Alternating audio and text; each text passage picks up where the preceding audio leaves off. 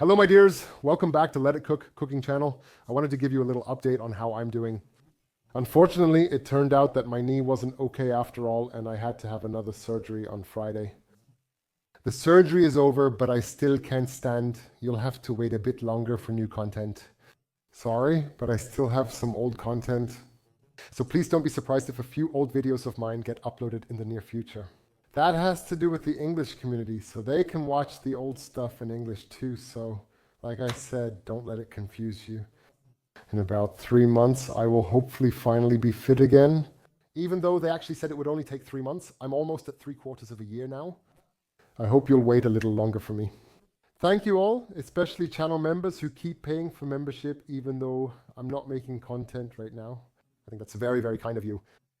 Just wait a little longer, make use of the old content, and hopefully we'll see each other again soon, healthy. My dears, take care, bye.